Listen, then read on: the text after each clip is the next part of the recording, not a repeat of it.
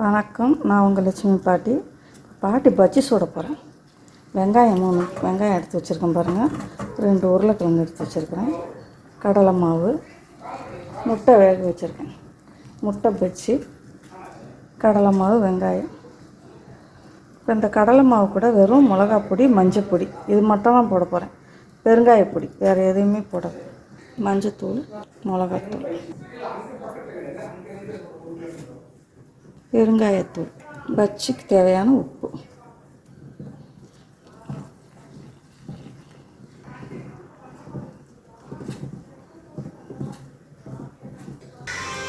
வெங்காயம் போட்டுக்கலாம்.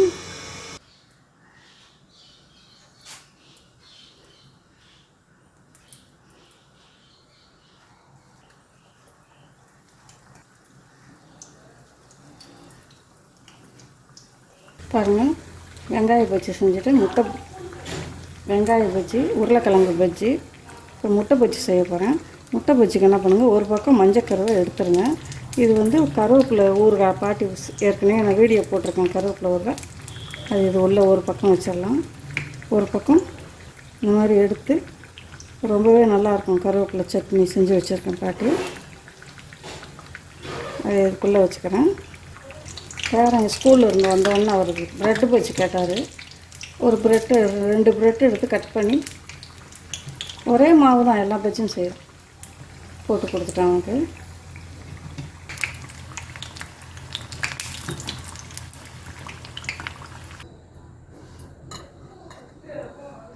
பாருங்க, இதுக்குள்ளே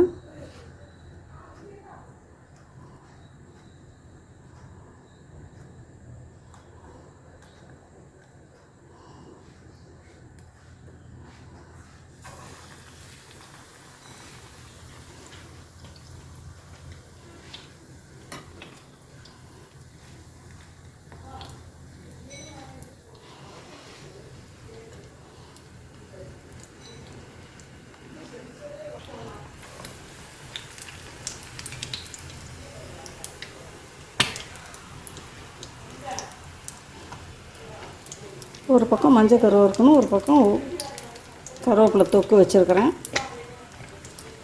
கருவேப்பிலை தொக்கு வீடியோ போட்டிருப்பேன் பாருங்கள். ரொம்ப நல்லாயிருக்கும் பழைய சாதத்துக்கு, சாம்பார் சாதத்துக்கு எல்லாம். பாருங்கள், இது ப்ரெட்டு பஜ்ஜி, உருளைக்கிழங்கு பஜ்ஜி, வெங்காய பஜ்ஜி, முட்டை பஜ்ஜி.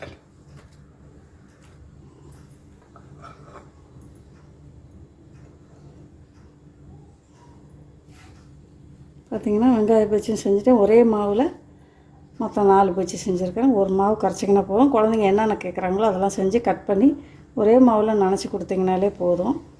நம்ம வேணுங்கிற பஜ்ஜி செஞ்சிடலாம். இந்த வீடியோ உங்களுக்கு பிடிச்சிருந்ததுன்னா பாட்டிக்கு லைக் பண்ணுங்கள், ஷேர் பண்ணுங்கள். ஷேர் பண்ணுங்கள். பாட்டிக்கு மறக்காமல் சப்ஸ்கிரைப் பண்ணுங்கள். அந்த வீடியோ உங்களுக்கு பிடிச்சிருந்தானா பாட்டிக்கு சப்ஸ்கிரைப் பண்ணுங்கள். தேங்க்யூ.